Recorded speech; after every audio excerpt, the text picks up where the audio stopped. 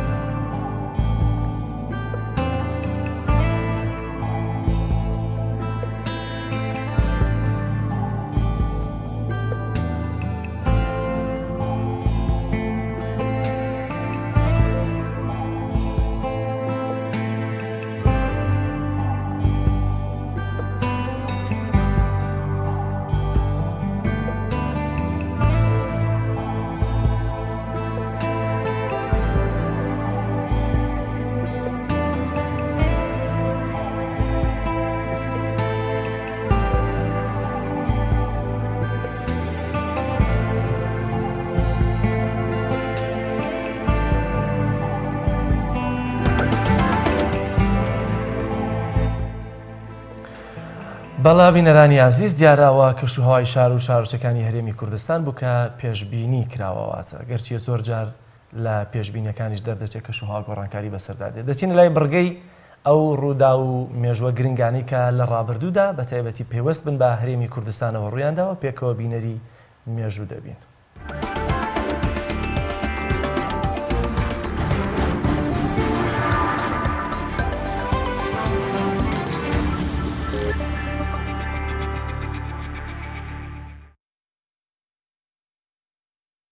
بیستوهەشتی چواری ساڵی 2005 ئازادبوونی مامۆستا عەلی باپیر ئەمیری کۆمەڵی ئیسلامی دوای 22 مانگ لە دەستگیرکردنی ناڕەوای لەلایەن هێزە داگیرکەرەکانی ئەمریکاوە. لەو ڕۆژەدا لە ناوچەی چیمەن مامۆستا لە نێو ئاپۆڕە و خرۆشی جەماوەردا گەڕایەوە ناو دۆست و خزمانی. مامۆستا عەلی باپیر لە زینداندا نمونەی خۆڕاگری و نەبەزی و جوامێری بوو.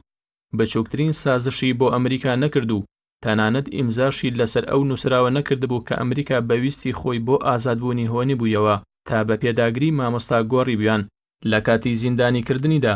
خۆپیشاندانی هەزارەها لە مامۆستایانی ئاینی و مامۆستا و خوێندکار و ژنان و پیاوان لە شار و شارۆچکەکانی کوردستان و بگرە ئەوروپاش بۆ ئیدانەکردنی دەستگیرکردنەکەی ڕێکدەخران.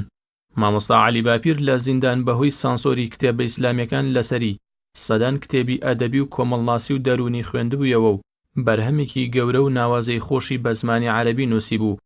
کە لە 8 بەرگی گەورە پێک دێت. 28 چواری هەموو ساڵێک ڕۆژی جیهانی ئەو کرێکارانەیە کە لە کاتی ئەنجامدانی ئەرکەکانیاندا یا گیانی خۆیان بەخشیوە یاخود کەمەندان بوون. 28 چواری ساڵی 711 دەستکردن بەسەر ڕزگارکردنی خاکی ئەندەلوسی مسڵمانان لە سەردەستی تاریخی کوڕی زیادی ئەمازیغی ڕەحمەتی خوای لەبێت. ئەندەلوس یەکێک بوو لە گەورەترین ویلایەتەکانی حوکمی ئیسلامی. 28 چواری ساڵی 1936 کۆچی دوایی مەلیک فوادی یەکەمی مەلیکی میسر ناوبراو نۆیەمین کەسایەتی بنەماڵی محەممەد عەلی پاشای میسر بوو کە دژی حوکمی عوسمانیەکانی یاخی بوون و هەڵگەڕانەوەی هەڵبژارد. 28 چواری ساڵی 1937 لە دایکبوونی سەدام حسێنی سەرۆکی پێشووتری عێراق لە گوندی عۆجەی تکرێت. هەر بە مناڵی باوکی دەمرێت و دایکی شوو دەکاتەوە و سەدامیش لە ژێرسایی زەرباوکێکی دڵڕەق و توندوتیشدا گەورە دەبێت. هەر ئەم گرێدەرونی و توندوتیژیەش بەرامبەری وا دەکات کەسایەتێکی گرژ و توندوتیژی لێ دەرچێت و سەرنجامیش بگاتە کورسی حوکمی عێراق و ببێت بە یەکێک لە دیکتاتۆر و ستەمکارەکانی مێژوو لە ڕۆژهەڵاتی ناوەڕاستدا. 28 چواری ساڵی 1945 گولەبارانکردنی بینیتۆ مۆسۆلۆنی سەرۆکی کۆماری ئیتالیا لەگەڵ کلارای دۆستیدا و دواتریش هەڵواسینی تەرمەکانیان سەربەرە و خوار لە گۆڕەپانێکی شاری میلانۆ. مۆسۆلۆنی یەکێک بوو لە جەمسەر و پێکێنەرەکانی جەنگی جیهانی دووەم، هەروەها یەکێک بوو لە هەرستەمکارترین کەسایەتیەکانی مێژووی ئەوروپا. 28 چواری ساڵی 1950 دکتۆر محەممەد موسەدیق بووە سەرۆک وەزیرانی پێشووی ئێران. 28 چواری ساڵی 1974 دەستگیرکردنی شۆڕژگێڕ و خەباتکاری گەورەی کورد لەیلا قاسم و چوار لە هاوڵانی،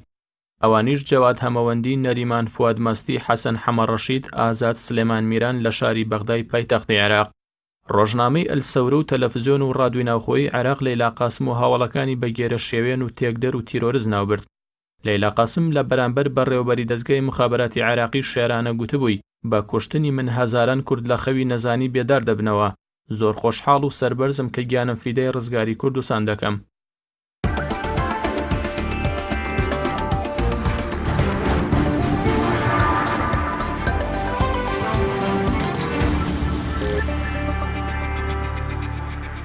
چواردە ساڵ لەمەو پێش بەڕێز ئەمیری کۆمەڵی ئیسلامی کوردستان مامۆستا عەلی باپیر لە دوای 22 مانگ زیندانی لەلایەن ئەمریکەکانەوە لە خواروی عێراقدا ئەمڕۆ دوجار ئازاد کرا لە دەشتی چیمەن لەلایەن ئەندامانی کۆمەڵ و دڵسۆزان و ئەحبابی خودی مامۆستا و کۆمەڵ و تەنانەت ئەوانەشی کە لە دەروی بازنەی کۆمەڵ بوون. لە پێناو خۆشەویستی بۆ ئەم پیاوەدا هەمووی ڕژانە دەشتی چیمەن و پێشوازیەکی گەرم و گوڕیان لێکرد وەکەوەی کە لە دیمەنەکانە بینیمان لە مێژوەکەشدا باس کرا بوو. بۆ قسەکردن لەسەر ئەم تەوەرە و بیرەوەریەکانی ئەو ڕۆژە لەگەڵ بەڕێز دارا محەممەد ئەمین کە یەکێک لە هاوڕێ گیراوەکانی ئەمیری کۆمەڵی ئیسلامی کوردستان بوو، هەروەها و کات ئەندامی سەرکردایەتی بۆ قسە و گفتوگۆی زیاتر دەکەین. بەخێر بێ مامۆستا دارا. ئەگەر سەرەتا بپرسین بە کورتی باسێک لە شێوازی دەستگیرکردنەکەی جەنابی مامۆستا و بەڕێز و هاوڵانتان بکەیت.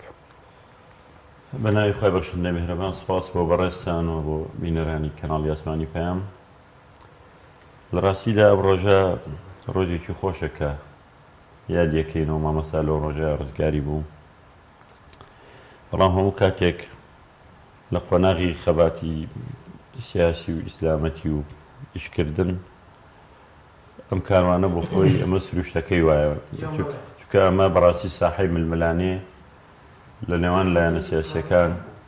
و کاری سیاسی ئەمە یعنی ڕوبە ڕوونەوانەی توش دەبێت. من دەمەوێت بڵێم ئەگەر بکرێت سەرەتایەک باس بکەم لەسەر دەستگیرکردنی مامۆستا و ئێمە، ئەو بارودۆخی ئێمەی تیا دەستگیرکراین خۆتان نەزانن بارودۆخێکی زۆر ناسک بوو بە تایبەت بە عێراق و بە ناوچەکە. ئێمەش وەکو حیزبێکی کوردستانی یا حیزبێکی ئیسلامی کوردستانی لە ناوچەکە هەبووین، ململانەی نێوان حیزبەکان زۆر تون بوو پێشتر لە یەکێتی و پارتی و حیزبەکانی تر و هەموو ئەم لایەنە سیاسیانەی کە هەموون لە هەمان کاتیشە جەماعەتی ئەنسارولیسلام کە لە ناوچەکانی هەورامان هەبوون لەگەڵ یەکێتی نیشتیمانی ئەوانیش لە شەڕ و دەرگیری بوون. لەم بارودۆخە ناوخۆیە ئاڵۆزە ئەمریکیەکان بڕیاری ڕوخانی ڕژێم و لێدانی سەدام حوسێنیاندا بوو. ئەمەش دەرفەتێکی باش بوو. ئەمڕۆ سیاسەتی نوێی جیهانی زلهێزەکان بەڕێوەیە بن کە لەسەر و هەمویانەوە وڵاتانی ئەندامی هەمیشەیی لە مەجلیسی ئەمن کە 5 وڵاتن و لەسەر هەمووشیان و ئەمریکا بەڕێوەیە بە و تایبەتی ئەو سەردەما دەتوانم بڵێن سیستەمی جیهانی دوو جەمسەر نەبوو، هەر یەک جەمسەر بوو. چونکە کار گەیشت بووە ئەوەی سەرۆکی وڵاتە یەکگرتووەکانی ئەمریکا بڵێ هەر کەسێک لەگەڵم نییە دژمە، کەسێکیش نەبوو جوابی باتەوە، واتە بەتەنیا هەر خۆمان هەین. و لایەنە کوردستانیەکانیش کە لێرە بوون بە تایبەتی یەکێتی و پارتی دانویست لە هاتنی ئەمریکا سوودمەند بن و خۆیان ببنە خاوەنی هەمووی. بۆیە بە هەموو شێوەیەک هەموو خزمەتگوزاریەکیان پێشکەشیان نەکرد و دەرفەتێکی باشیش بوو بۆ ئەوەی کۆمەڵ بکەوێتە بەر شاڵاوی ئەمریکیەکان و کۆمەڵی شتێوە گلێن. خۆشتان دەزانن یانی ئەوە ناشارێتەوە ئەو سیستمی نوێی جیهانی لەسەر و هەمویانەوە ئەمریکا ئەمڕۆ زۆر دژە بە هەموو هێزێکی ئیسلامی، وەکو حکوومەت، وەکو حیزب، وەکو دەوڵەت، هەر بەبێ سێود و ناوی ئیسلامی پێوە بێ لای ئەوان قبول نییە و شتێکیش نییە بەڕاستی ناوی بنێن میانڕە و تونڕە. ئەوە سیاسەتی ئەم دوو حیزبە بووە، با بڵێن سیاسەتی ئەمریکا بووە لە ناوچەکە. دوایەوەی کۆمەڵی ئیسلامی لەلایەن ئەمریکیەکانەوە وا تا با بڵێن وەسف کرابوو کە ئەمانیش پشتیوانی تیرۆر و ئێرهابن بە دەرفەتێکی باشیان زانی بەڕاستی بۆ لێدانی کۆمەڵی ئیسلامی. بەس ئەگەر ڕۆژە باسکەی کە دەسا من بە کورتیش دێمە سەرەوە، هەرچەندە تەبعاً ئەمریکیەکان گومانیان هەبوولەوەی کە کۆمەڵ لە هیچ چالاکێکی سەربازی نەگلاوە لەو ڕۆژەوە کۆمەڵ دروست بوو بەشداری هیچ شەڕێکی ناوخۆشی نەکرد بوو. بەڵام وا تێگەندرابوون بە هاتنی ئەمریکا کۆمەڵی ئیسلامی و خودی مامەسا عەلی باپیر مەترسیەکە بۆ سەر هێزەکانی ئەمریکا. لەبەرەوە بڕیاری ئەم دەستگیرکردنیاندا بوو و تەمەن معلومە هێزەکانی یەکێتی نیشتیمانی هاوکار بوون بۆ دەستگیرکردن و کارئاسانیان بۆ کردن و ئێمە بە ناوی میوانداریەوە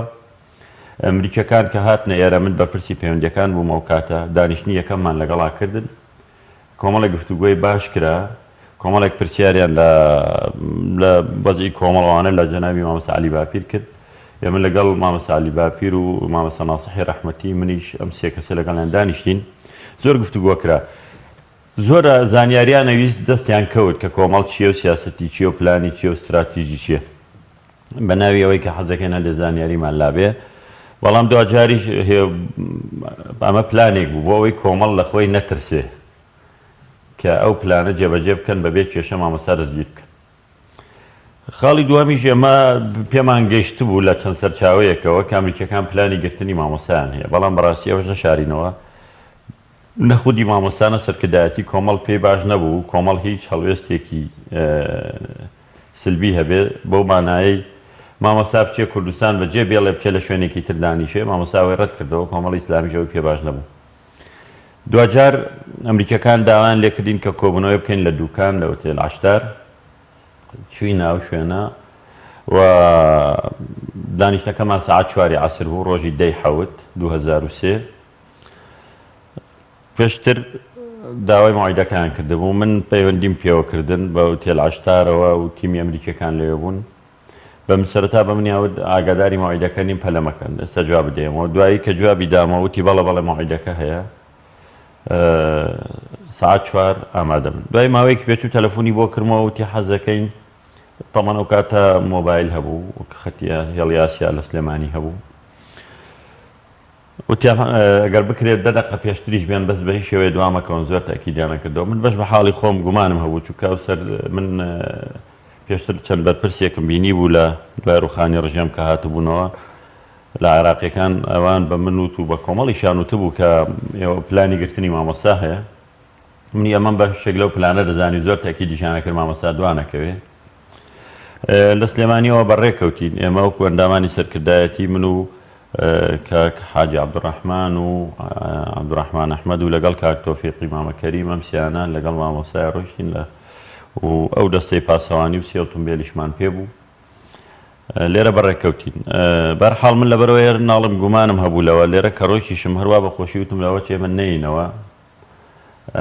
چونکە ئەمە سیقەی نییە. بەڕاستی من هەندێک مەلەفێکی ئەوراقی عەلاقاتشم پێ بوتم ئەمەش نابین با لێرە بێ لەوە چێ نەگەڕێنەوە. بە برادرانی خۆمان لە عەلاقات کە ڕۆیشتین دەماچەیەکم پێ بوو لەگەڵ ئەوراقی و مەلەفی عەلاقاتەوتم ئەمە دەماچەکەەوە ئەوە چکەوتم من وایە خوێنمەوە کە ئەمە پلانە بۆ جیرانوانەمان بێ و مامۆساش ئەمەمان پێوە بە مامۆساوتی شاڵاشتی وان نابێ و خۆمە بڕیاریشمان نەدابوو قاچاق بین لەبەرەوە هەربوو بۆ کۆبوونەوەکە بچین. ئیتر کە ڕۆیشتین لە ڕێگا بەڵێ لە بازگەکانی یەکێتی نیشتیمانی لە تاڵسوجە زۆر پرسیاریان لێکردین و پرسیار بە ناوی ئەوەی مامۆستا چۆنی و ئەحوارتان چۆنە و سەری ناسارەکانێک بزانن چیتیایە و چەند کەسین و زیاتر بۆ کۆکردنەوەی زانیاری بوو بەداخەوە کە چوین تەڵان لە ڕێگاش هەموو چاودێریمان کرابووە تا گەشتینە ئەو شوێنە ئێستا پێڵێن قەمچوغە نزیک دوکان لە قەشقۆڵی ئێستا تەڵان بازگەیەکی لێ و کاتە بازگەی لێ نەبوو و لەو ڕۆژەشەوە بوو بە بازگە تەڵان مێژووی دانانی ئەو بازگەی ڕۆژی 2003 کە ئێمە گیرانی و ئێستا ژوار بازگەکەی لێ لە قەشقۆڵی هاوین بوو تەڵان دنیا پوش بوو لە دەوروبەری ڕێگاکە و سعات تقریبا کاتژمێر 3:30 بوو نەبوو تەواو 4 لەوێ بین 3:30 لایدا بوو گەشتی ناوێ ئێمە لەگەڵ مامۆستا لە یەک سارەیە بووین کاتێکمان زانی پێچە تەڵان گەشتینە سەر پێچەکە و تەلوشت دانرا بوو تە لە دەرکاوێکە و یەک دوو سەربازیشی لێوەستا بوو دەستیان ڕاگرت و ئێمەش ئاسایی وەستاین و پرسگەیەکە و جامەکانمان کردەوە فەرموو چیتانێ وتیان ئێوە میوانەکانن مان بەڵێ ئەمریکیەکان بەڵێ تەمان کوردیشیان لەگەڵا بوو بە کوردی قسەیە کرد لەگەڵ ئەو پرسیارانە سیرمان کرد ئەم بەراوبەری ناو پوشەکە هەمووی هێزێکی زۆرە و دامەزراوە و هەنێکیان هەستانە سەر پێ و دەوری سیارەکانیان گرتین کەواتە پێشەوەی بگەنە شوێنی مەبەست دەستگیر کران بەڵێ پێشەوەی بگەینە شوێنی مەبەست کە ئۆتێلە شتار بوو لەوێ دەستگیر کراین جاوان ئێمە ناگادار کردەوە کە ئێمە وا تێگەیشتی نەمانە بۆ پێشوازی هاتوون مامۆستا ئێمە لەو چێ بۆ پێشوازی هاتن و بزانین چیانەوە وتیان ئەکسەر کە دابەزین وتیان چەکەکانتان دانێ دوای چەکدانە ئەوە ناڵێکتر لە هەموو لایەکەوە پەلاماریان داین هێزێکی زۆریان هێنا بوو سیرمان کردوە چەند فڕۆکەیەکیش بە ئاسمانەوە بەسە سەرمانەوە بوو لە ڕاستی ئەمە بە ناوی میوانداریەوە چوو بووین بەڵام ئەوان لێ بەسەرهێناین و ئێمە هەر لەوێ دوای کەلەپچەکردنی ئێمە ئەو کۆپتەرانەی هێنابوویان لەوێ ئێمە سواری کۆپتەرەکە مامۆستایان لێ جیاکردنەوە نەخێت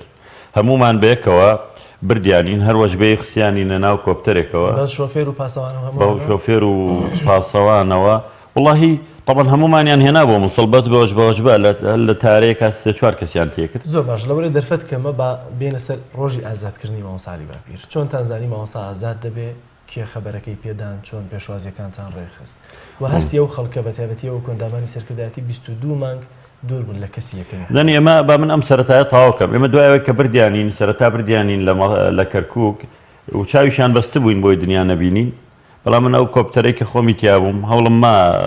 سەیرێکی دەرەوکەم بزان بەرەو کوێ ئەمان بن لە دوکانەوە بەسەر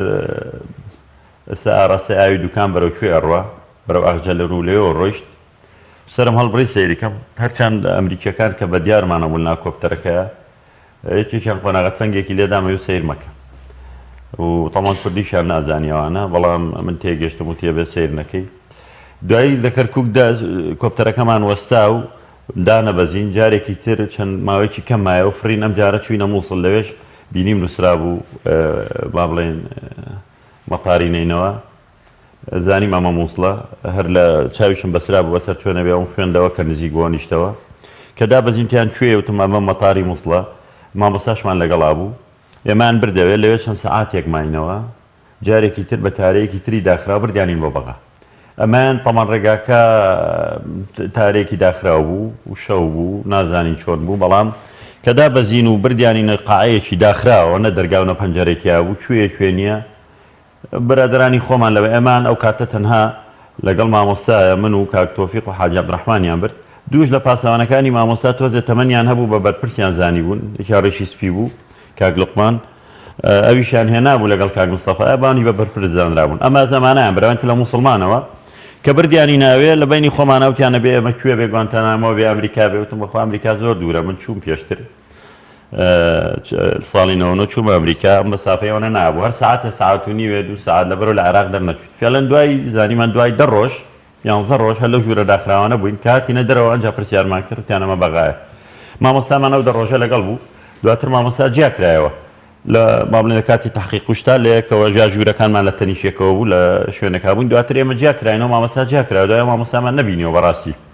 هەرچەند ئێمە تامەزراوی ئەوە بووین مامۆستا ببینین بەڵام ئێمە لە زیندانی مامۆستامان نەدی کە برایەگە هات بۆ لامان لە زیندانی بووکە لەسەر سنووری کوێت پیانەوتین مامۆستا وەزئی چۆنە مەسەلەن هەواڵێکمان پێگەیشتووە لە فڵان شوێنە تا دواتر یەک دوو جار مواجهەی مامۆستا کرا. بەردانی مامۆستا بۆ ئێمە زۆر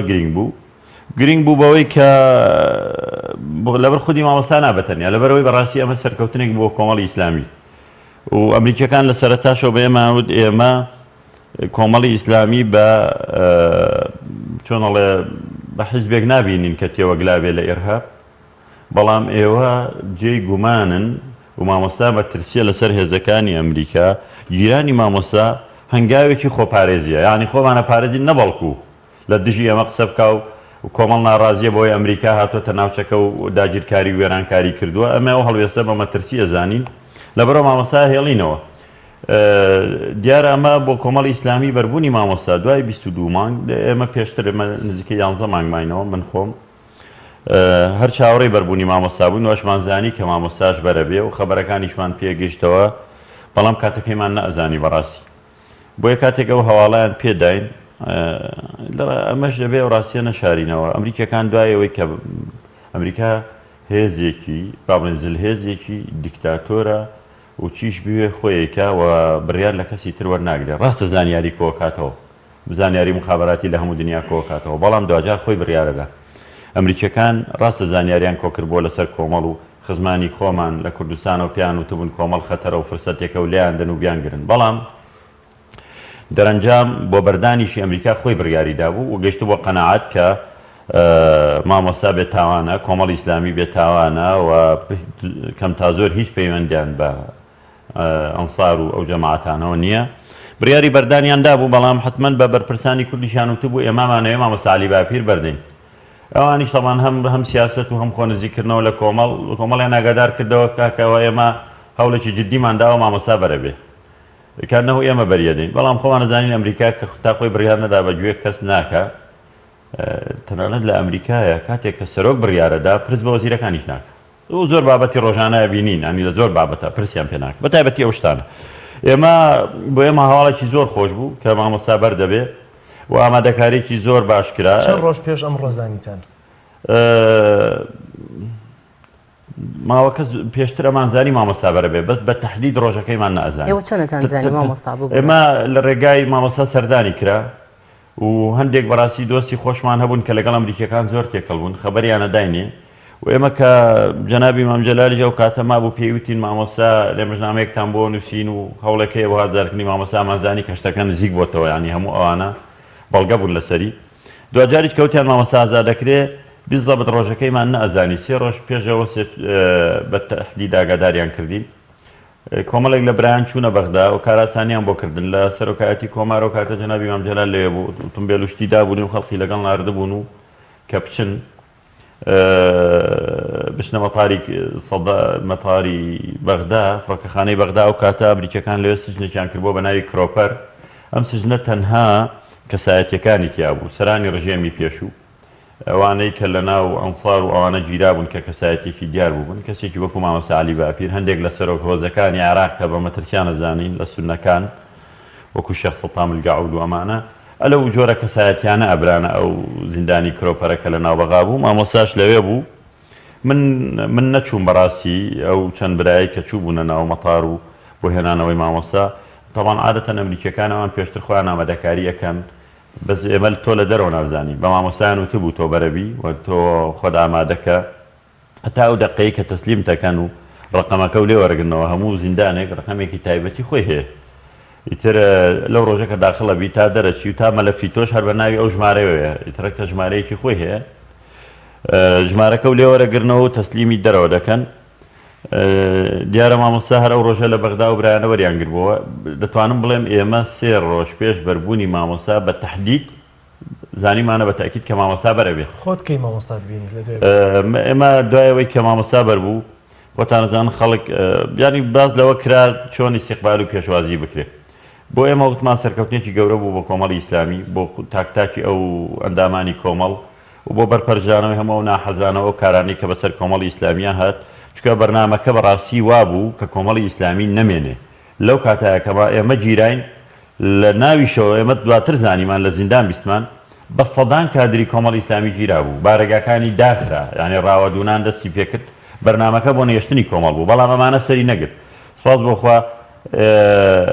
لە گەرمەی زیندانی مامۆستایە هەڵبژاردن کرا و کۆمەڵ توانی کورسێک یەکجار زۆر بێنێ هەم بۆ پەرلەمانی عراقی و هەم بۆ پەرلەمانی کوردستان ئەمە بەڕاستی شتێکی گرنگ و گەورە بوو دواتریش بەربوونی مامۆستا گوڕوتینێکی کە بوو بۆ کۆمەڵ وەرە بەرپەرشدانەوەی هەموو ناحەزانە بوو و من قەناعەتم وایە ئەوانەی کە دەستیان هەبوو لە گرتنی مامۆستا گەرم و گورتر بوون لە پێشوازی مامۆستا خەڵکێکی زۆر لە کوردستان بە هەموو چین و توێژەکانەوە هاتبوو ئێمە لە قەرەهەنجیر لەوێ پێشوازیمان لە مامۆستا کرد و من مامۆستام دوای ئەوەی کە ئەو دوو سێ ڕۆژەش لە سەرەتا لە سژنەکەی ناو سژنی CIA لە ناو مەتاری بەغدا فڕۆکەخانە بەیەکەوە بووین خواحافیزیمان لێ کرد کە ئێمە نەشمانەزانی بۆ کوێمانە بنەوەمانەزانی دوو ڕۆژی دوای یەکتریە بینینەوە مامۆستامان نەبینیەوە هەتاکو لە قەرەهەنجیر جارێکی تر بە مامۆستا شاد بووینەوە و ئەو ئاهەنگەی بۆ کرا کە خەڵکی کوردستان بینی و بەڕێزی ئەمە هەنگتان چۆن ڕێخست خەڵک خۆی هات ئێوە کۆتان کردەوە نەخێر بەڵێ پێشتر ئاگاداری کرایەوە کە مامۆستا لەم کاتەیە دێ و مامۆستا سبەی ئەم کاتە دێتە دەگەڕێتەوە و لە فڵان شوێندا دەبەزێ دیارە ئەو ڕۆژە کە بەربوو بوو هەر لە ڕێگاوە سەردانی جەنابی مام جەلال ئەوانی کردبوو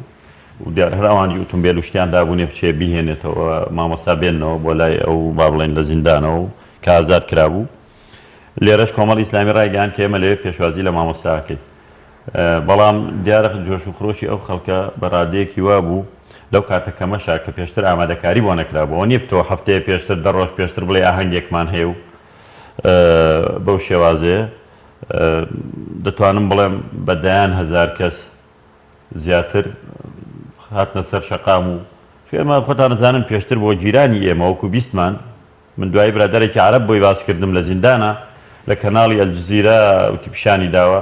دایان هەزار کەس دەستێمانی خۆپیشاندانی کردەوە بۆ بەردانی مامۆستا دوایی لە هەولێر کرابوو بۆ بەڵام کاتێک کە مامۆستا ئازاد کرام خەڵک لە تەواوی ناوچەکانی کوردستان لە گەرمیانەوە تا زاخۆ هاتبوو خەڵکێکی یەکجار زۆر هاتبوو تەنانەت بینینی مامۆستاش زۆر زەحمەت بوو پێشوازیشی زۆر زەحمەت بوو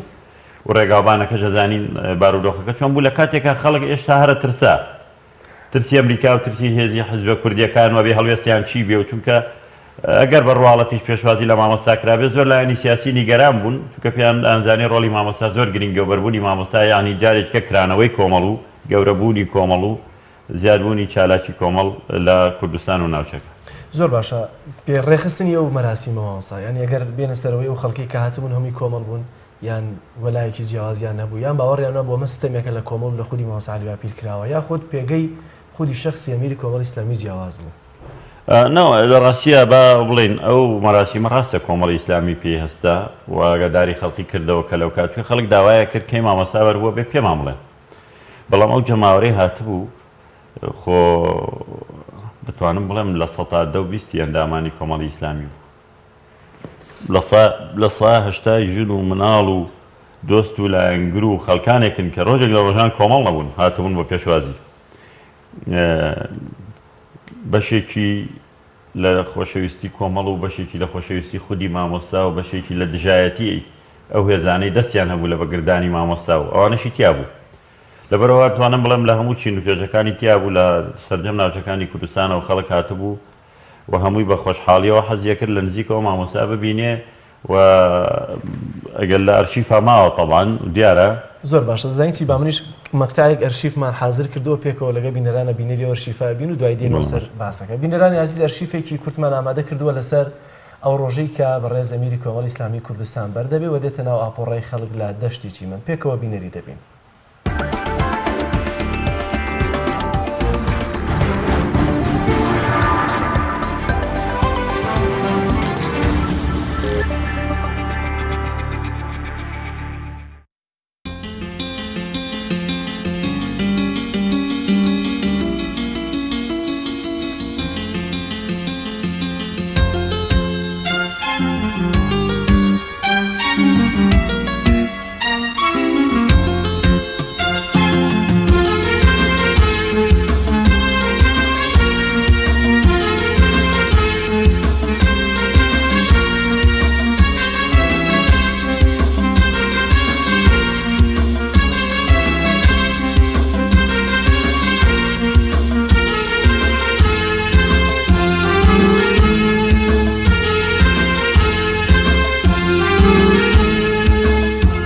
تاوی خۆری خواویستانی ڕابوو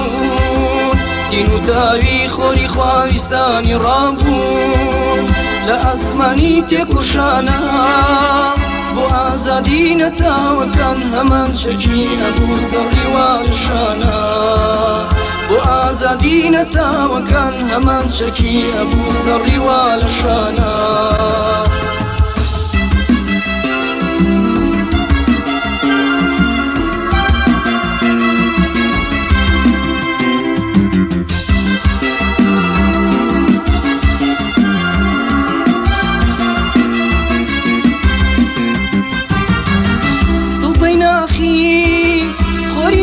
کوشانی ئێمە سەد لە دوای سەتا دەسێنێ مێژ و دیارە چۆن زۆرداری وەک فیرعەون و ئەبوو لەهەب ئەسوودێنێ بەخودایەوە سالی بەفیر ئاواتمانە بخوانم کوێزای دیدی مەمجارە هەزار جار بە سالی بەفیر نەچیبوو بەخێر بێ یاخوا بەخێر بێ یاخوا خوانتان ڕازیە خوا لە حەوا ڕازیە خوان خوا لەخوا بەجابی خوان ئەوە تبان وهرەبرن ئەبوو عەبدول چاو بەداکرد گەنجەکان هەمیشتە هەفتەوە پێشەوە ئەیدیدی ئەوە تبان جای ببینم بەخوا هەنگاوی بۆ دنیای گوڵ و یەکەم هەواری وایە خۆری ئێمە یەکەم خەندەی سەر لێوانی لە بەختیاری مرۆڤدایە لە بەختیاری مرۆڤدایە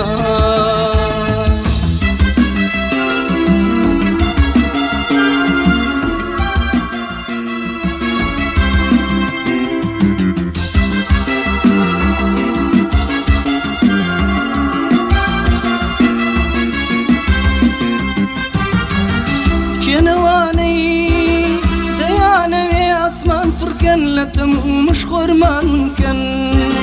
کێنەوانەی دەیانەوێت یەکۆشانی ئیسلامەتی سەر و بنکەن کێنەوانەی دەیانەوێ ئاسمان پڕکەن لە تەمومش خۆرمانکەن کێنەوانەی بەڕاستی من کە لە سەژن بووم جارجار ڕۆژنامەیان بۆ دەهێنایت هەندێک هەواڵ و دەنگ و باسمان کە بیست ئەم دواییانە کە میلەتی کورد نێوماڵی خۆی ڕێکخستووە و تەرتیب کردووە و لەبەرەوە کە نێوماڵی خۆی ڕێکخستووە و تەرتیب کردووە دەتوانێت لە بەغداددا لە حکوومەتی مەرکەزیدا پشت و بەشی باشی هەبێت چونکە هەر کەسێک بۆ خۆی هەبوو دەتوانێت بۆ خەڵکیش هەبێت بەڵام کەسێک بۆ خۆی نەبێ مەداری خۆی پێساز نەکرێت هیچیشی بۆ خەڵک پێ ناکرێت کێنەوانەی دەیانەوێ ئاسمان پڕکەن لە تەمومش خۆرمانکەن کێنەوانەی دەیانەوێت یەکۆشانی ئیسلامەتی سەر و بنکەن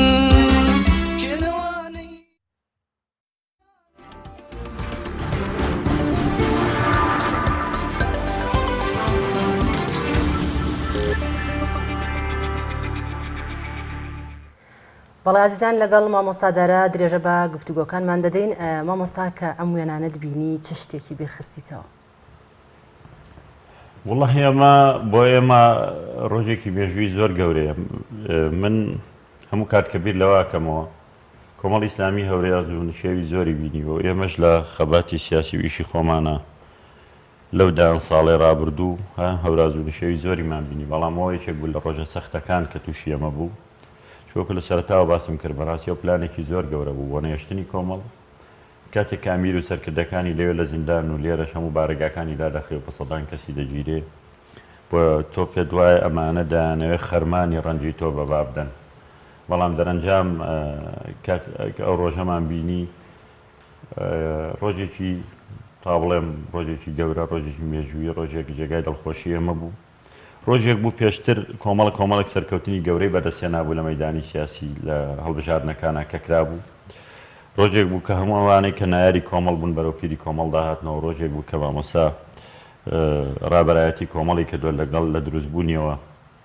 و هەوڵێک درا بۆی کە مامۆستا نەگەڕێتەوە ناحەزانی پێیان وابوو کە ئێستا لە گۆنتانامۆیە باوەڕکە من لە زیندانە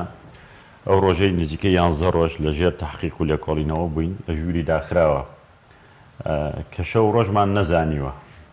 چونکە پەنجەرەی تیانە بوو گرتبوویان دەرگاکانیش نەدەزانی کوێ ئاوە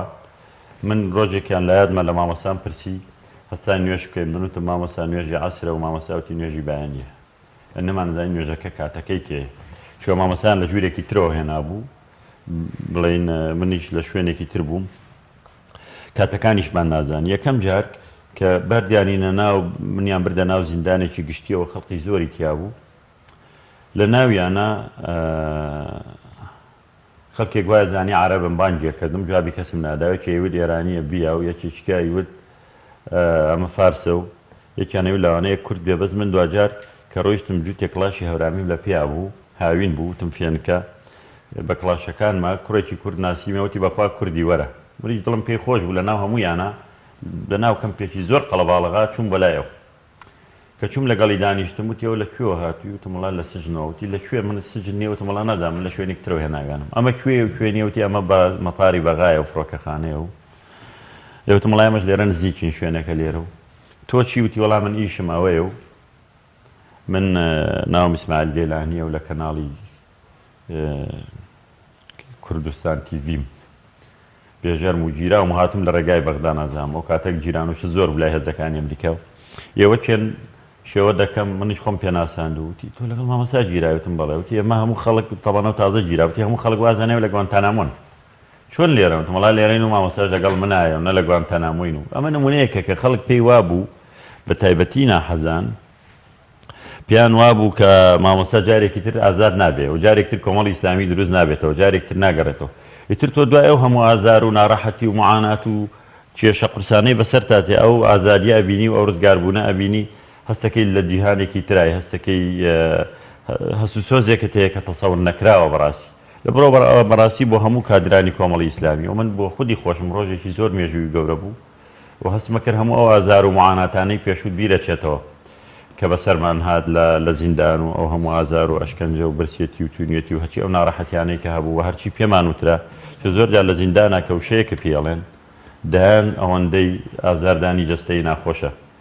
بەڵام دوجار الحەمدولیلا هەموویمان بەسەر کەوتووی بڕی و بەسەر بەرزانە لێی دەرچوین وم پێم وایە ناحەزانی کۆمەڵیش پێی ڕیسوابوون و کۆمەڵیش پێی چوە قۆناغێکی مێژووی گەورەوە بەربوونی مامۆستا چه پەیامێکی سیاسی هەبوو هەم بۆ لایەنە سیاسیەکان هەم بۆ خەڵکی بەگشتی وڵای بەربوونی مامۆستا پەیامی ئەوەی هەبوو کە کۆمەڵ حیزبێکی سیاسی مەدەنیە و حیزبێکی کوردستانیە کۆمەڵ هیچ کاردانەوەیەکی نەبوو نەچوو کاری کردوتیژی کە لە کاتێکا پێی ئەکرا کۆمەڵی توانی لە کاردانەوەی ئەوە بچێت کۆمەڵێک چالاکی تونڕەوی بکە بەڵام کۆمەڵی ئیسلامی نەیکرد لەبەرەوەی لە نەهج و بەرنامەی کۆمەڵی ئیسلامیە نەبوو پێیوتن کۆمەڵی ئیسلامی سەرڕایەوەی و هەموو دژایەتی کراوە بەڵام دەیەوێت دۆسایەتی لەگەڵ خەڵکا بکە کۆمەڵی ئیسلامی بەرامبەر بەو کەسانی کە دەستیان هەبوو لە گرتنی مامۆستایە سپاس و تەقدیری بۆ دەربڕیت سپاسی کردن کە ئێوە ڕۆڵێکی باشتانەوە پەیامی مامۆستا لە دوای ئازادبوونی کە بەدەستی بەرپرسانی ئەم هەرێمە ئێمە چوینە زیندانەوە هیچ ناشارێتەوە ڕاستیە بەڵام مامۆستا لەگەڵ لە کاتی ئازادبوونی لە پەیامەکەیە داوای ئەوەی کرد خۆشحاڵین کە یەکێتی و پارتی پێکهاتوون و حکوومەتی هەرێم خەریکە دروست دەبێ و یەکریزی ناوماڵی کورد دروست دەبێ با بە یەکریزی بچینە بەغدا با بە یەکریزی داوای مافەکانی کورد کرد لە دوای ئەم هەموو ئازار و ناڕەحەتی و زیندانە پێم وایە چۆن یوسف سەلامی خۆی لێبێ بە براکانی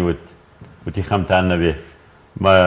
هیچ ڕەتفعلێکی نەبوو بیری انتقام و تۆڵەسەرنەوەی نەبوو مامۆستاش وای کرد دانی مامۆستا نەبیری لە تۆڵەسەرنەوە کردەوە نە لە بیری لە دژایەتی یەکێتی و پارتی کردەوە نەبیری لەوە کردەوانەی کە دەستیان هەبووە بەڵکو مامۆستا داوایەوە کرد با یەکریز بین با برابین با تەبابین با ئەم هەلە لە دەست نەدەین با پێگەمان لە عێراقا بەهێز بێ با مافەکانی کورد دامەزرێ ئەمە زۆر گرنگ بوو کە کۆمەڵی ئیسلامی هەموو کاردانەوەکانی ئیجابی بوو ئەمە وای کرد هەموو هێزەکانی ناوخۆ و دەرەوەش بە جۆرێک کە کۆمەڵی ئیسلامی بناست لە ئێستادا سیاسەتی کۆمەڵی ئیسلامی چۆنە چ جیاوازیەکی هەیە لەگەڵ ڕابردوودا من پێم وایە زانکی هەموو حیزبێکی سیاسی کە کاتێک بە پێچێکدا دەڕواە با بڵێن گۆڕانکاریکی بەسەرا دێ یان ڕووداوێک دێتە پێشەوە بخۆداچوونەوەیەکە کە ئەمە پێویستە بکرێت هەر کەسی حساب بە واقع نەکە هەر کەسێک پێداچوونەوە بە خۆیان نەکە تۆ لە بواری فقهیە ئیمامی شافعی لە عێراق جۆرێک فتوای داوە کە چۆتە میسر جۆرێکی تر بووە فتوا بە زەمان و مەکانە گۆڕێ سیاست بە زەمان و مەکانە گۆڕێ ئەمە ئەمری تۆ ممارەسەی شتێکەکەی کە کە ممکنە و لەگەڵ واقعا بگونجێ لەبەرەوە پێم وایە کۆمەڵی ئیسلامیش بە خۆ دەوچۆنەوەیەکی تر تۆ حیزبێک بی ئەو کاتە خەباتی چەکداری کردو لە شاخی و تەنها لە ناوچەکانی هەورامانی و ئێستا دەتەوێت بێ حیزبێکی مەدەنی و بچێ بەغدا و لە شوێنەکانی تردەوە ببینی دەبێت بە خۆداچوونەوەی بکەیت من پێم وایە ئێستا جارێککە کۆمەڵی ئیسلامی کە بەرەو کۆنگرە دەڕوا دەبێت هەموو ئەو ڕابردوانی خۆی لە بەرچاو بێت کار بکەین بۆ ئەوەی زیاتر بتوانین ببینە حیزبێکی جەماوەری زیاتر بتوانین خزمەتی خەڵک بکەین زیاتر بچینە ناو خەڵکەوە چی بۆ خزمەتی ژین و دینی خەڵکە کۆمەڵی ئیسلامی زۆر گۆڕانکاری گەورەی کردووە کە ئەمە بە حیزبی گەورە دەکرێت بە پیاوی گەورە دەکرێت بە خەڵکی ڕۆشنبیر دەکرێت بەردەوام ڕۆشنبیرەکان و خوێندەوارەکان و سیاسەتمەدارەکان دەتوانن گۆڕانکاری بکەن ئەوە خەڵکی بێتوانا و خەڵکێکی با بڵێن کەم ڕۆشنبیری یا خەڵکێک ئەگەر تعبیرەکە دروست بێ کاڵفامن کە ناتوانن هیچ گۆڕانکاریەک بکەن بۆیە پێم وایە کۆمەڵی ئیسلامی توانای گۆڕانکاری زۆر گەورەی وە لە ڕابردوو کردوێتی لە داهاتوش دەتوانێت بیکە و دەتوانێت ئەوە لە چوارچێوەی ساوابتێک کە ئیسلام بە ئێمەیداوە خزمەتی ئەم میلەتی کوردەکە کۆمەڵی ئیسلامی لە جێی خۆیەتی ئێستاش جارێکی تر بەردەوام ینی بە خۆداچوونەوە بکەین چونکە ئێستاش گۆڕانکاری گەورەتر لە دنیا لە پێشە و کۆمەڵی ئیسلامی یەکێکە لە هێزە گەورەکان ئێستا لە کوردستانی و عێراقا پێگەی هەیە لە پەرلەمانە هەوەیە لە حکوومەتا بووە لە دەرەوەی حکوومەت بووە قسەی وەرە گیرە کاریگەری هەیە جەماوەری هەیە ئەبێ کارێککە بڕاستی لە مۆدۆ کاریگەری زۆرتر بێت زۆرتر ببێتە هیوای خەڵک و زۆرتر بتوانێت پێگە و جێگەی خۆی لە ناو خەڵکا بەهێزترکە زۆر باشە ماوەسا زۆر سپاس بۆ دەرفەتێکی بێمە بەشی سپاس بۆ ڕوونکردنەوەکان ڕووی بیرەوەریەکانی ڕابردوو بۆ هیوایی کە هەرگیز جارێکی تر ناخۆشی و تاڵی و گرتن و ئازار نەبینن زۆر سپاس بۆ ئێوە سونەتی ژیان ئەوانە شەرە بێت ئینشاءالله بینەرانی عزیز دەچینە لای راپۆرتێک کە هاوکارمان ستار یاسین ئامادەی کردووە لەسەر فیستیڤالێک بۆ فیستیڤالێکی پیشەیی بۆ خوێندکارانی بنەڕەتی قوتابخانە بنەڕەتیەکان پێکەوە بینێری دەبین و دەچینە لای تەوەری دووەمی بەرنامەکەمان.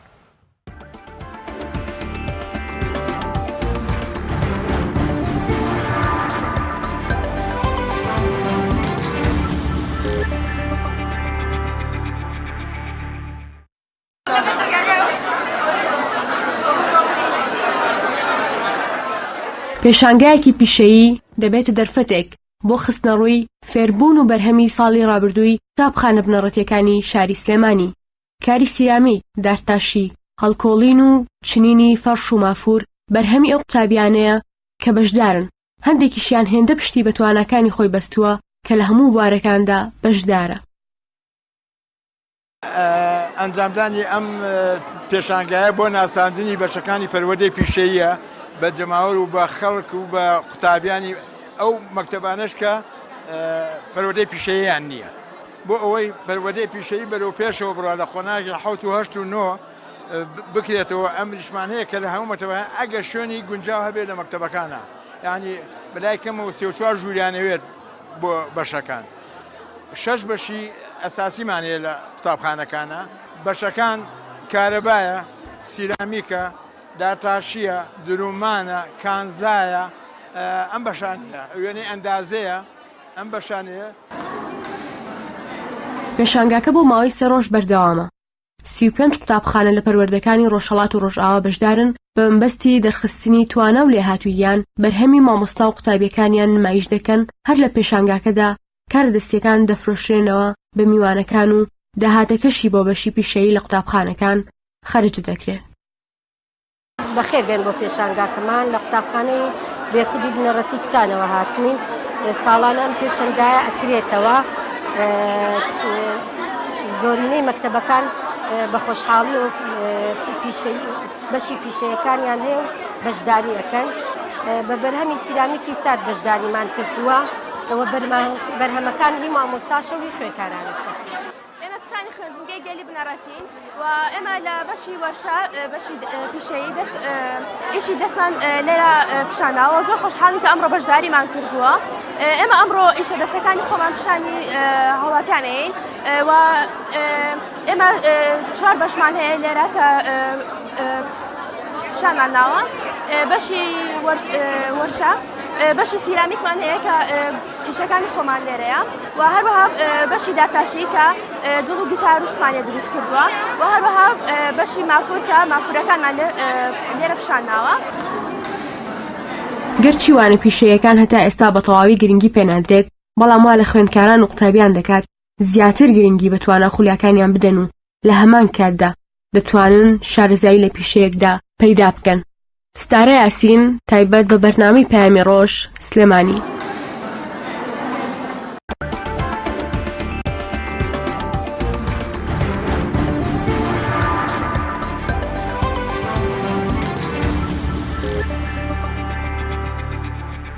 بەڵە بەڕێزان لە بڕگەی پەیامنێرانمان ئێستاش ڕاستەوخۆ دەچینە لای پەیامنێرمان جەلال جەباری لە چەمچەماڵەوە. کاک جەلال سڵای خوات لێبێ و ئەم کاتت باش ئەگەر بکرێت پێمان بڵێیت بزانین ئەمڕۆ لە چەمچەماڵ چی دەگوزارێت.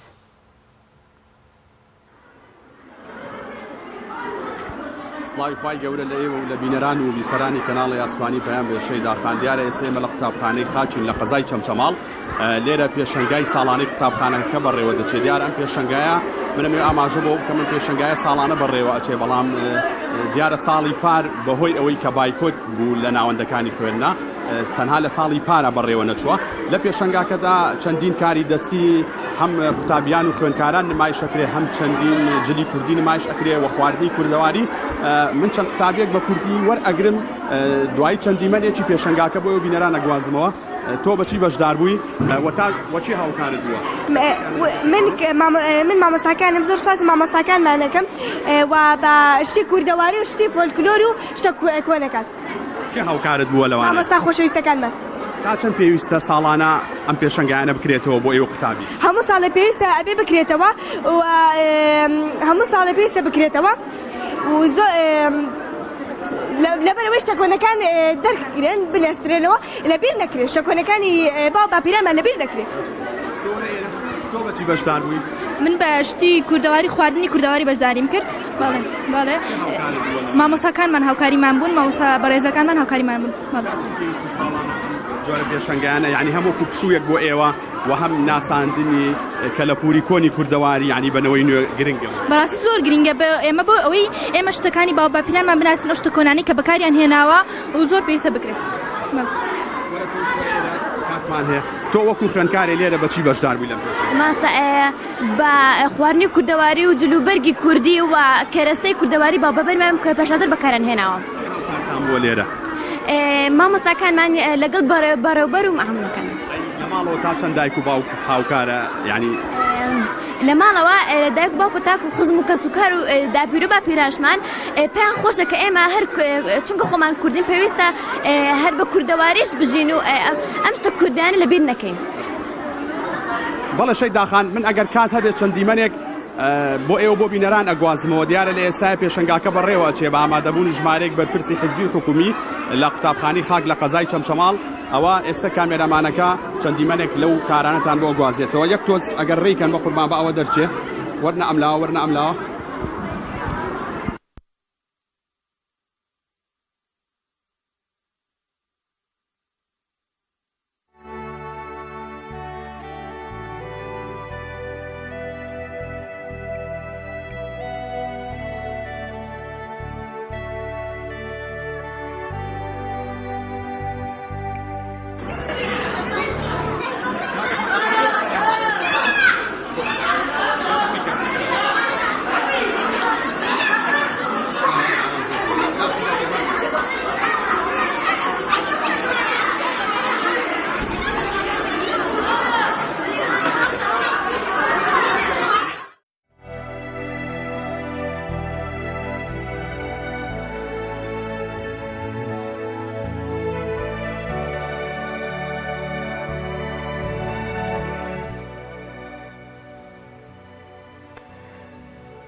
بەڵێ زۆر سپاس بۆ پەیامنێرمان جەلال جەباری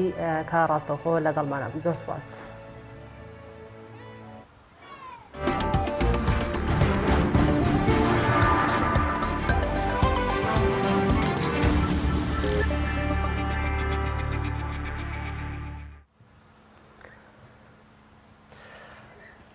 بەڵە بینەرانی عزیز دەچینە لای زانیاریەک لەسەرەوەی کە 38 قوتابی کورد لە زانستە شەرعیەکان لە دیاربەکر مۆڵەتی مامۆستای ئاینی یا زانستە شەرعیەکان وەردەگرن پێکەوە گوێبیستیم زانیاریە دەبین.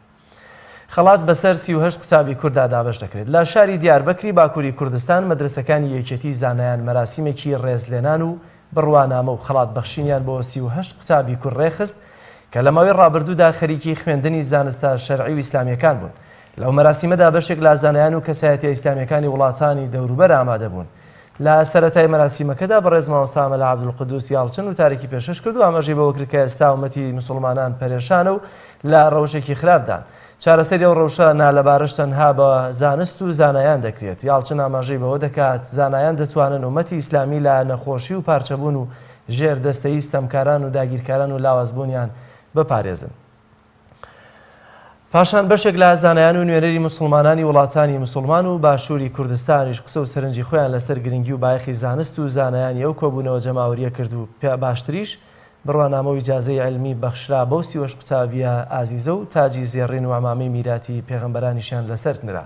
ئەوانیش بەڵێنی بەردەوامی و خزمەتیان بە ڕێبازی پێغەمبەری خوا و زانایان دووپات کردەوە ئاماژەیان بەوە کرد کە سەربازی ڕێخوا بن و ڕێخوا و کۆمەلگا بن و خەڵک بەرەو بەختەوەری دنیا و قیامەت ببن کە چەندین مامۆستای ئاینی و نوێنەری تایبەت لە حیزبە جیاوازە ئیسلامیەکان بە تایبەتی لە هەرێمی کوردستان لەوێ ئامادە و میوان بوون کە ئەوەش بەشێکە لە وێنە و فۆتۆی ئەو سیوەش قوتابیە کوردەکە لە دیاربەکر مۆڵەتی زانستە شەرعیەکانیان پێبەخشراوە.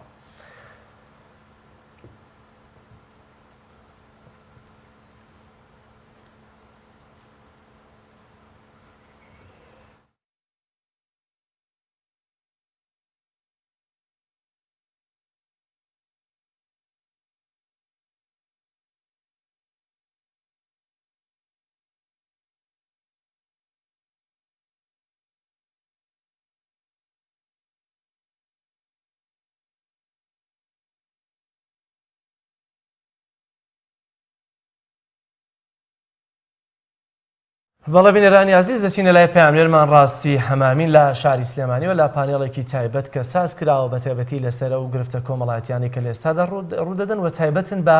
میدیاوە کە چەندین کەسی جیاواز لە میدیاکاران و لە بەرپرسانی حکومی لەوێ ئامادەن. دەچمە لای ڕاستی سڵاوی خوارد لێبێت ئەگەر پێم بڵێ پانێڵەکە ئەمڕۆ چی دەگوزارێت و تەوەری سەرەکی چۆنە و قسە و گفتوگۆکان بە چا ڕاستیەک دەڕوا.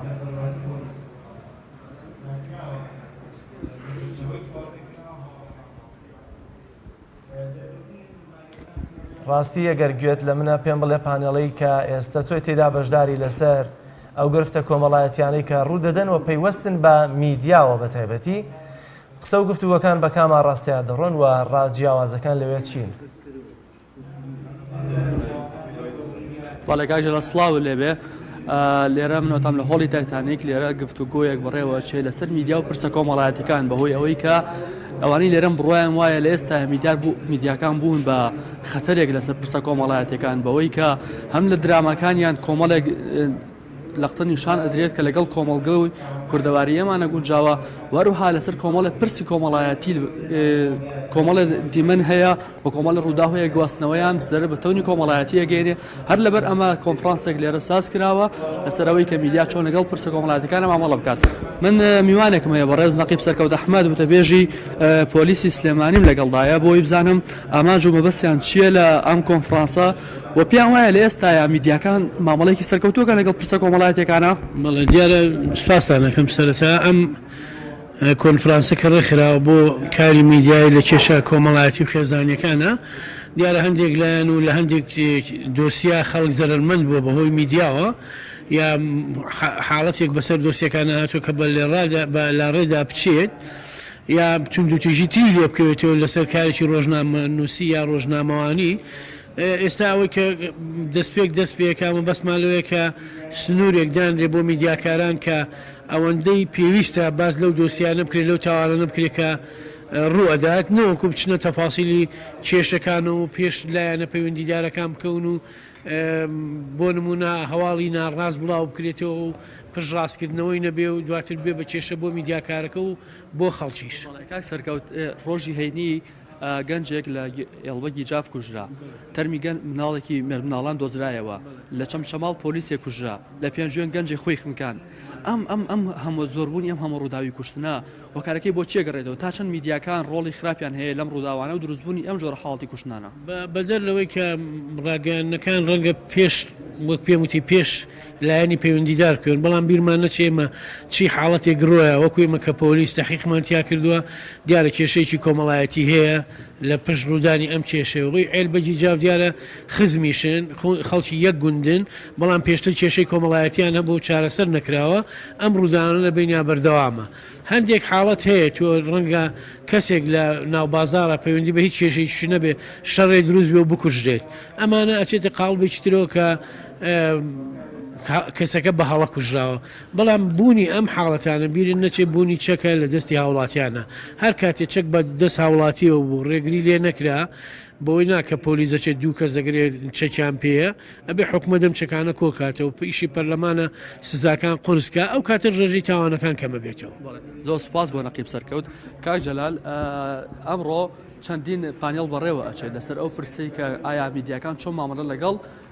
بابەتە کۆمەڵایەتەکان بکەن ئێمە لێرە بین و دواتر زیاتر خێنەوە. زۆر باشە سپاس بۆ تۆ ڕاستی حەمەمین لە شاری سلێمانیەوە کە لەگەڵمانە بووی سپاس بۆ زانیاریەکانت.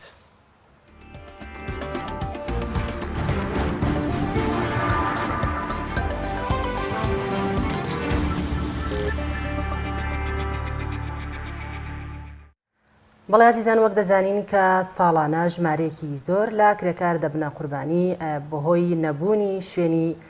سەلامەتی لە شوێنی کارکردنیان کە ئەمەش بۆی کەم تەرخەمی حکوومەت و خاوەن دەسەڵات و خاوەنکارەکان کە هەموو سوود و قازانجی و ڕەنجی کرێکارانیش بۆ ئەوان دەبێت. بەمبەستی گفتوگۆکردنی زیاتر لەسەر ئەم پرسە میوانداری زۆر بەڕێز کاک عومەرمان کردووە کە ناسراوە بە عومەری نانەوە. کاک عومەر زۆر بەخێر بێی. زۆر سپاس. ئەکرێت سەرەتا پێمان بڵێیت بزانین سەلامەتی گیانی کرێکاران لە ئەستۆی کێدایە. بەڵێ خۆی دیارە ڕووداوەکانی شوێنی کار نەک لە هەرێمی کوردستان لە هەموو سەرتاسەری دنیادا ئەم ڕووداوانە هەن مناڵم لە هەرێمی کوردستان کەمترین ڕووداوە لەبەرێمە کەمترین کارگەمانەیە کەمترین پرۆژەمانەیە لە ئێسادا بەڵام چۆنیەتی و چەندایەتی ڕووداوەکان جیاوازە لە شوێنەکەەوە بۆ شوێنێکی تر دەنا لە کۆی جیهانە 1 ملیارد پرۆژە هەیە بە پرۆژی گەورە بچووکەوانە ساڵانە زیاتر لە 300 ملیۆن ڕووداو لە شوێنی کارڕوو ئەدەن زیاتر لە 180 ملیۆن ئینسان ساڵانە گیان لە دەزەدەن لە شوێنی کارەکانیان زیاتر لە 300 ملیۆن تووشی نەخۆشی پیشەی و پەککەوتن و برینداربوون دەبن بۆ ساڵانە بە ملیارەها دۆلار زەرەری ئەو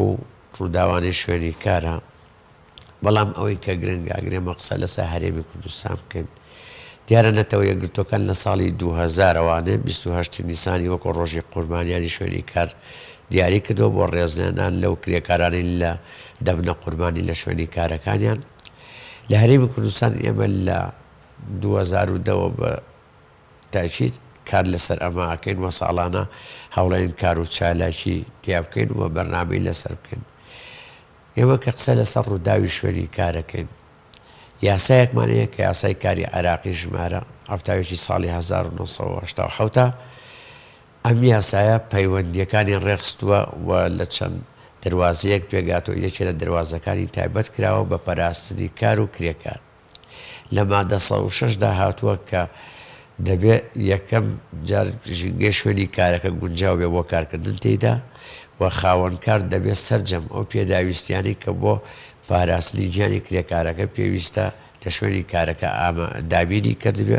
وەکو کڵاوی سەلامەتی جلوبەرجی تایبەت شوێنی سەلامەتی بورەکەواتە ئەم یاسایە لە هەرێمی کوردستاندا تا چەند جێبەجێ دەکرێت ئیشی پێ دەکرێت خۆی یاساکان لە تەواوی عێراق بە هەرێمی کوردستان کۆمەڵە یاساگەلی زۆر باشن وە کۆمەڵێک دەستکەوتی زۆر باشیان دیارە بەڵام قسە لەسەر میکانیزمی جێبەجێکردنی یاساکانە بەداخەوە لە هەموو بوارەکانە بە تایبەتی لە بواری کار و کرێکار و ژینگەی شوێنی کارە یاسەکان وەکو پێویست جێبەجێ ناکرێن دەنا ویستم قسە لە ئاماژە بە کۆمەڵێک مادەی یاسایی بکەم کە لە یاسای کاری عێراقیە لە مادە 106ەوە هاتووە تاوەکو مادە 107 لە خۆی دەگرێت پێویستە خاوەنکار وەکو ئاماژەم پێ هەموو پێداویستیەکانی خۆپاراستن لە شوێنی کارەکەی دابی بکە و نابێ هیچ بەڕاپارەیەک لە کرێکار وەرگێ لە بەرامبەر دابینکردنی و پێداویستیانەیە و پێویستە ژینگەی شوێنی کارەکەی گونجاو بۆ کارکردن تێیدا و دەبێت کۆمەڵی ڕێنمایی ئامادە بێت بۆی کرێکاران لە کاتی پێویستە چۆن ڕوبەڕووی ڕووداوەکانە بنەوانێ و چۆن ئەو کەرەستە و ئامێرانە بەکارێن کە بۆ خۆپاراستن پێویستە لە شوێنی کارەکەی و دەبێت پێداویستیەکانی فریاکەوتنی سەرەتایی لە شوێنی کارەکەی ئامادە بکە و کرێکارش دەبێت پابند بێ بە بەکارهێنانی ئەو ئامێرانی کە بۆ خۆپاراستن پێویستە. بۆیە ڕێکخراوێک هەیە بە ناوی دەستگای توێژینەوەی زانستی SRF. ئەم ڕێکخراوە ساڵانە توێژینەوەیکی زۆر زانستیاناکە لەسەر جەمبوارەکانی کارکردنە بە تایبەتی گەورەترین توێژینەوەیان لە ساڵی 2012 کردووە لەسەر ڕووداوەکانی شوێنی کار بە ڕای پسپۆڕانی ئەم ڕێکخراوە پێیان وایە دەبێ هەماهنگێکی پتەوی لە نێوان کرێکار و خاوەنکار و لایانی سندیکا و لایانی پەیوەندیدارە هەبێت بۆ ئیجانی کرێکارەکان پارێزرا بێت لە شوێنی کارەکەنە و ئەوەی کە زۆر گرنگە چۆنێتی کارکردن و چۆنێتی پەیوەندی نێوان کرێکار و خودی ئەو ئامێر و کەرستانەیە کە کاری پێئەکا لە شوێنی کارەکەی. دەنان لە هەموو دنیاوەکو ئاماژەمان پێیان ڕووداوەکانی شوێنی کار هەیە و ڕوژ ئەدەن. بەڵام لە هەرێمی کوردستان لە ساڵی 2014ەوە ئامارەکانی ڕووداوەکانی شوێنەکان قوربانیەکان ڕۆژ بە ڕۆژ بەرەو کەمبوونەوە ئەڕۆ ساڵ بە ساڵ لە کەمبوونەوەدا نەک بە هۆکاری ئەوەی کە حکوومەت ئاوڕێ جددی یا لایانی پەیوەندیدار یا سندیکا یا خاوەنکار پابندی یاساکانە یا خودی کرێکاران ئاسی وشاریان چۆتە ئاسێکەوە کە پابندی ڕێنماییەکانی خۆپاراستن نەبن. هۆکارەکەی ئەوەیە کە پرۆژەکان وەرساون لە هەرێمی کوردستان. دەنامن لە چەندی بەرنامەی کێشا ئەمە بتبوو دەبواە کرێکار بەیانیان کە هەڵەساش و بۆ شوێنی کارەکە دەبواە وەسیەتنامەیەکی جێبێشتا چۆن بەتەمای هاتنەوە نەبوو، یعنی شوێنی کار بوو بۆ مەرگەسات بۆ کرێکار. ئامارەکان چیمان پیاڵێ لە هەرێمی کوردستانە؟ ئامارەکان وەکو ئاماژەم پیا لە ئێستاە وەکو جاران نییە، خۆشبەختانە کرێکار کەم گیانە دەزای، بەڵام هۆکارەکەی ئەوەیە کە ئاماژەم پیاکرێ پرۆژەکان کەم بوونەتەوانێ و کارگەکان. بە زاماری ئەرقامان هەیە وەکو ڕقم هەمانە چەند کرێکار بریندار بوو بن یان گیانیان لە دەستدا بێت؟ بەڵێ ئاماری 2010 12 کرێکار گیانی لە دەستداوە و دزەکەی 22 کرێکار کەم ئەندام و بریندار بوون. بەڵام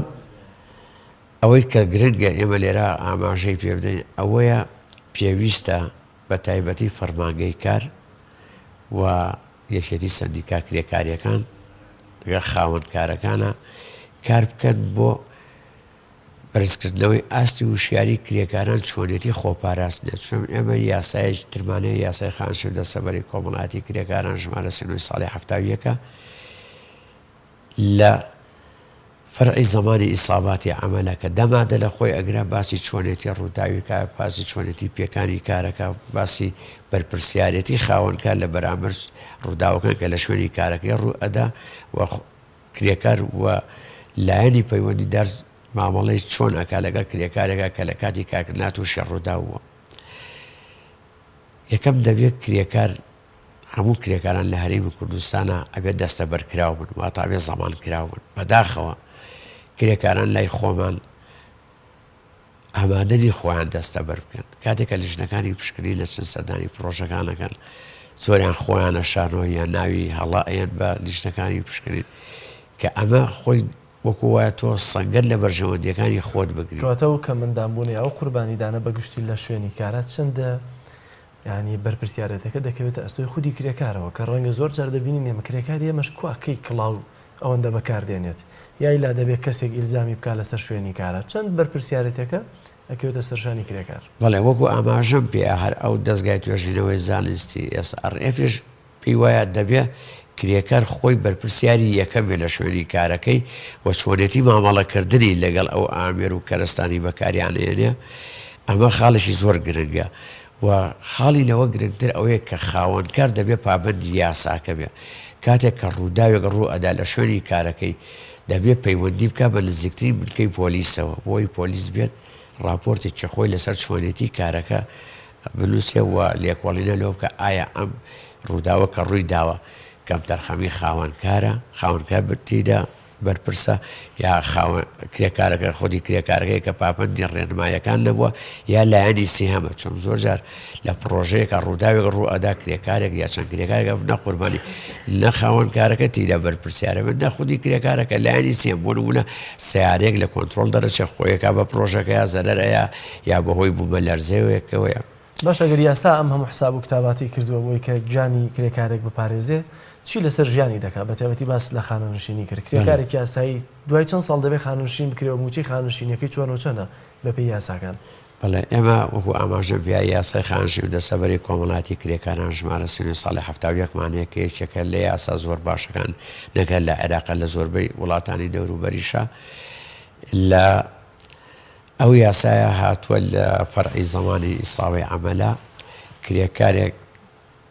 کە لە ماڵەوە بەرەو کارەکەی ئەڕوات یاخود لە کاتی کارکردن یاخود تەنانەت گەڕانەوەی لە کارەکەی بەرەو ماڵەوە ئەگەر تووشی هەڕووداوێک بوو ئەو کاتە بەڕێوەبەرایەتی کار و دەستەبەری کۆمەڵایەتی پابند دەبێ بەو خاڵانەی خوارەوە یەکەم بە چاودێری و چارەسەرکردنی کرێکارە پێکراوەکە لەو کاتەوە تووشی ڕووداوەکە بۆ تا ئەو کاتی بەتەواوەتی چاگە بێتەوە یاخود نەمرێت و چاودێری و چارەسەرکردنی تەنانەت ئەگەر لە ماڵی شەوە لە جێیا کەوتە بوو بەوەی کە دەبێت بیباتە نەخۆشخانەی تایبەت پزیشکی تایبەتی بۆ بگرێ و چارەسەری بکات لە نەخۆشخانەکان تەنانەت لە مادەی 55 هاتووە ئەگەر راپۆرتی لیژنەی پزیشکی سلمانی ئەم کرێکارە لەناو عێراقدا یا لە هەرێمی کوردستانە چارەسەر ناکرێت ئەوە بەڕێوەبەرایەتی دەستەبەری کۆمەڵایەتی دەشێت بینێنێتە دەرەوەی وڵات بۆ چارەسەرکردن و هەموو خەرجەکانیشی بکێشە کۆمەڵی دەستکەوتی زۆر باشی تێدایە و لە کاتی ڕوودانی شوێنی کارە ئێمە مادەی 58مانێ لە مادەی 58 ئەگەر ڕووداوێکی ڕوودا و ڕوویدا و کرێکارێک تێدا بووە قوربانی لەم حاڵەتانی خوارەوە کرێکارەکە مافی قەرەبووکردنەوە و پاداشتی ناوێ یەکەم ئەگەر هاتو ئەوە سلمێنرا کرێکارەکە بە ئەنقەس خۆی تووشە ڕووداوەکە کردبوو دووهەم ئەگەر لە ژێر کاریگەری مادە هۆشبەرەکانەوەتە بە سەرخۆشی کاریە کرد سێهەم ئەگەر هاتو بەهۆی هەڵەیەکی زۆر گەورەوانە ینی ڕێنمایەکانی خۆپاراستنی پشتگوێ خستە بوو چوارەم ئەگەر هاتو هێرشی کردە سەر کەسێک و خۆی تێدا زەرمەند بوو لەم حاڵەتانە بەڵام لەگەڵ هەموو ئەمانشە کۆمەڵی وردەکاری هەیە بیرمان نەچێت زۆر گرنگە کە کاتێک ڕووداوێک ڕوودەدا خاوەنکاری یا بەرپرسی پرۆژەکە پەیوەندی بکە بە نزیکترین هەم بنکەی پۆلیس و هەم نزیکترین نەخۆشخانەی یاخۆن بنکەی تەندروستیەوە بۆی ئەوانیش بێن هەم چارەسەری کرێکارەکان و هەم لێکۆڵینەوە کە بزان ڕووداوکە چۆنە چەم زۆر جار کرێکارێک لە بەرزایەکەوە کەوتۆتە خوارەوە مەرجەوە نییە کە سەلامەتی شوێنی کارەکەی گونجاونەوە یاخۆر وەکو پێویستەوە لەوانەیە کرێکارە جەڵدە لێ یابێ پێشەوەی بکوێتە خوارەوە یاخۆت کە لە کاتی لە ژێر کاریگەری مادە هۆشبەرەکانەوە مەرجنیە و کرێکارە چوبێن مەشروب یاخۆت مادەی هۆشبەری بەکان لەوانەیە فێڵی لێکرابێ بۆی کرابێتە خواردنەوە لەوانەیە بەهۆی پێدانی عیلاجێکەوانەیە کاریگەری مادەی هۆشبەری لەسەر بوو بێ عیلاجەکە بۆ نمونە شروبی تۆسیرامەیە کۆمەڵێ عیلاجەیە کە مادەی هۆشبەریان تێدا بەکارێت لەبەر ئەوە وردەکاری ئەوانە زۆر گرنگە بۆیە دەبێت خاوەنکە بەرپارێزارەتی تاو هەڵ بگرێ ئەگەر هاتوو تانانەت راپۆرتی لیژنەی پزیشکی سلمانی ئەم کرێکارە لە کاتی ڕووداوێکە بەهۆی کەم تەرخەمی خاوەنکارەکەەوە درەنگ گەێنراوەتە نزیکترین نەخۆشخانە یاخۆ بنکەی تەندروستی و ئەوە بووە هۆی زۆر خوێن لێ ڕۆشتنی بەپێی یاساکە ئەڵێ وەکو وایە خاوەنکارەکە بەدەستی ئەنقەس ڕووداوەکەی خۆڵقان بێ ئەو نە بەرپەرسارەتی ئەکوێتە ئەستۆ بۆیە ئەبێ خاوەنکارەکانیش زۆر ئاگادار بن زۆر وشیار بن کە ڕووداوێک ڕوو ئەدا لە شوێنی کارەکەیان بەرپرسیارەتی یەکەم لەسەر ئەستۆی ئەوانە و بەو بەرپرسیارەتان هەڵسن کە یاسا بۆی دیاری کرد زۆر باشە لە هەرێمی کوردستاندا گرنگترین ئەو ڕوودا و مەترسیانی کە ڕوو ئەدەن لە کاتی کارکردندا چین هەموو کارکردنێک مەترسی خۆی هەیە زۆر جار مەرجنیە تۆ لە بینایەکی بەرزەوکەویتە خۆرە زۆر جار ئەو دەرهاویشتەی ئامێرانەی کە کار ئەەکەن هەبێتە هۆی نەخۆشی پیشەی کە تۆ بەردەوام لە کارگەیەکە کار ئەەکەی کۆمەڵێک گازی خینچێنەر و ئەوانە هەیە بەردەوامی کارەکەواکە کۆمەڵە نەخۆشی پیشەی هەیە کە یاسا دیاری کردووە چین ئەوانە کاریگەری خۆیانە بێ و لەو حاڵەتانەشانە کرێکار مافی قەرەبووکردنەوە و مافی خانەنشینی و مافی کۆمەڵە مافی یاسایی تری هەیە و ئەوەی زۆر ئەمەوێ گرنگجی پێدەم ئەوەیە کە دەبێ بەڕێوەبەرایەتی دەستەبەری کۆمەڵایەتی بە هەمانجی لەگەڵ شێتی سندیکا کرێکاریەکانە بە بەردەوامی خولیە ڕاهێنانی تایبەتیان نەبێ بۆ وشیارکردنەوەی کرێکاران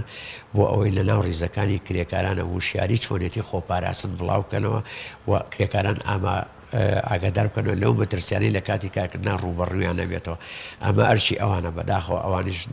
لە بینی خۆیان ئەو هەمانجیانەیە نەهاز بە وەرپرسیارەتیەکەن هیچیان وەکو پێویست ئەرکەکانی سەرشانیان جێبەجێ ناکەن لە بەرامبەر کرێکارە. کرێکارانیش بەهۆی ئەوەی کە سندیکا لە ڕابردووە نەیتوانێت خزمەتی بکە، بتمانی بە سندیکا نەماوە لە دەرەوەی سندیکایە و ڕیزەکانی خۆی دووتۆڵ نەکردووە یەکگرت و نیر کرێکاران. ئەمەش وە کارێکی ترە کە خاوەنکارەکان زاڵبوون بەسەر کرێکارانە و یەک کرێکاران لە دەرەوەی سندیکا یاخود لە دەروی ڕێکخراوێکی کرێکاریە لە بەروە ڕێکخراونی ناتوانن فشاریان نەبێ هەم لەسەر دەسەڵات ئەم لەسەر لە ئێستا دە سندیکا چی بۆ کرێکاران کردووە؟ بەداخەوانە وەکو ئاماژە بێ سندیکا لەبەر ئەوەی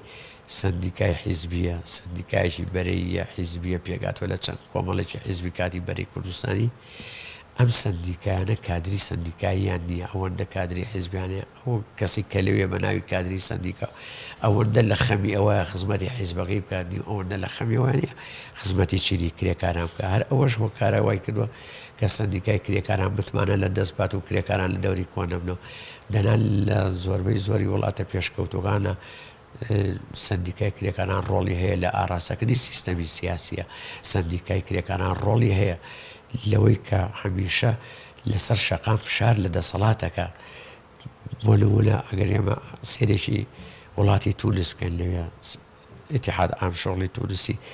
حکوومەتی نازی هەڵوەشانەوە،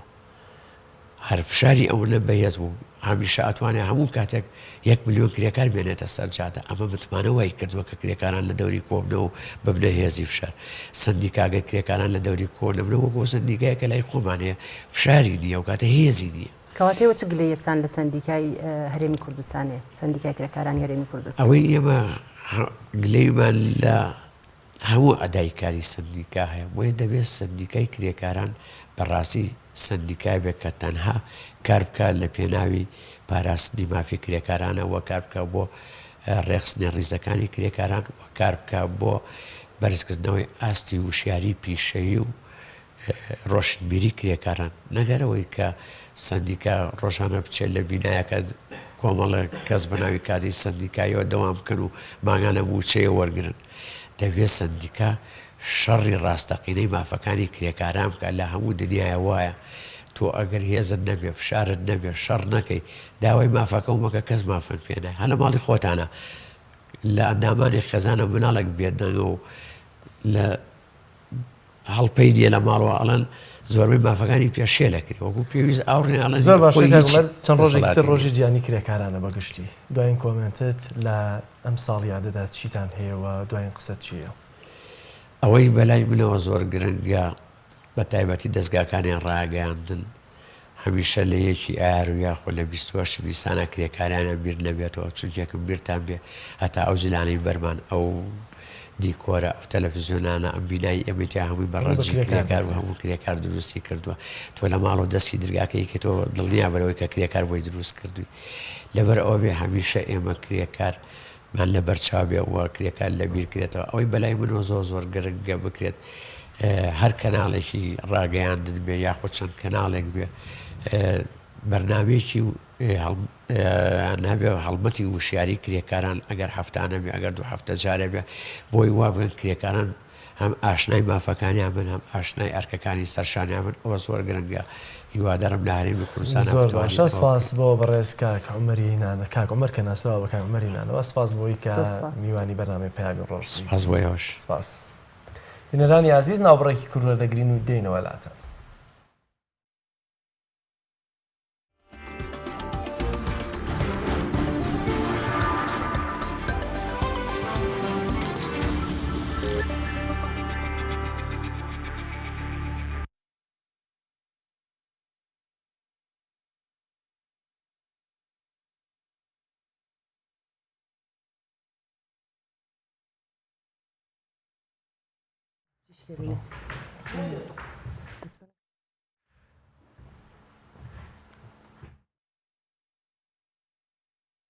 بینەرانی عزیز تەنشتان بۆ چەند زانیاریەک ڕادەکێشین ئەگەرچی بڕیاروا بوو کە تەوەری سێمان لەسەرەوە ڤیستیڤاڵە بێت کە ئەمڕۆ بۆ خۆشەویستی نازدارمان لە شاری دیاربەکر بەڕێوە دەچێت وەک ئاماژەمان پێکرد کە ساڵانە ڤیستیڤاڵە ساز دەکرێت و زیاتر لە 1 ملیۆن خەڵک تێدا بەشدار دەبن. بەڵام لە ئێستادا چەند زانیاریەک هێشێدا گەر ئاماژەیان پێ بکەی لەسەرەوە ڤیستیڤاڵی کە ئەمڕۆ لە شاری دیاربەکر بەڕێواچێت. بەڵێ دەستخۆش جەلال.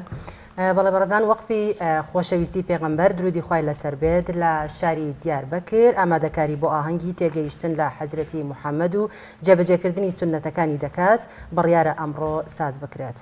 وەقفی خۆشەویستی پێغەمبەر ڕایگەیاند ئەمڕۆ لە مەیدانی نەورۆز پارک لە شاری دیاربەکر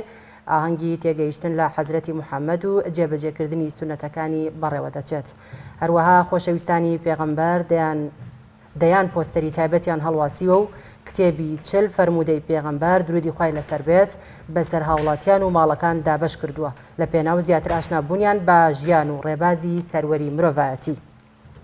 حوسامەدین بۆ نوڵە بەرپرسی وەقفی خۆشەویستانی پێغەمبەر لە شاری دیاربەکر دەڵێت یەک مانگونی و بەر لە ئێستا دەستکراوە بە ئامادەکاریەکان بۆ ئەو ئاهەنگە مەزنە لە ئێستاشدا کارەکان تەواو کراون. حوسامەدین باسی لەوەش کرد دیاربەکر غەریب نییە بەو ئاهەنگە مەزنە بۆ سەروەری مرۆڤایەتی خەڵکی دیاربەکر هەموو ساڵێک بەشداری لەو ئاهەنگە دەکەن. بۆ ئەم ساڵەش بانگێشتی هەموو لایەک دەکەین تاوەکو بەشدار بن لە ئاهەنگی تێگەیشتن لە حەزرەتی محەممەد و جێبەجێکردنی سونەتەکانی. شایانی باسە 15 ساڵە بەردەوام لە مانگی نیسانی هەموو ساڵێک ئاهەنگی ناساندنی پێغەمبەر درودی خوای لەسەر بێت هەروەها زیندووکردنەوەی سونەتەکانی لە شاری دیاربەکر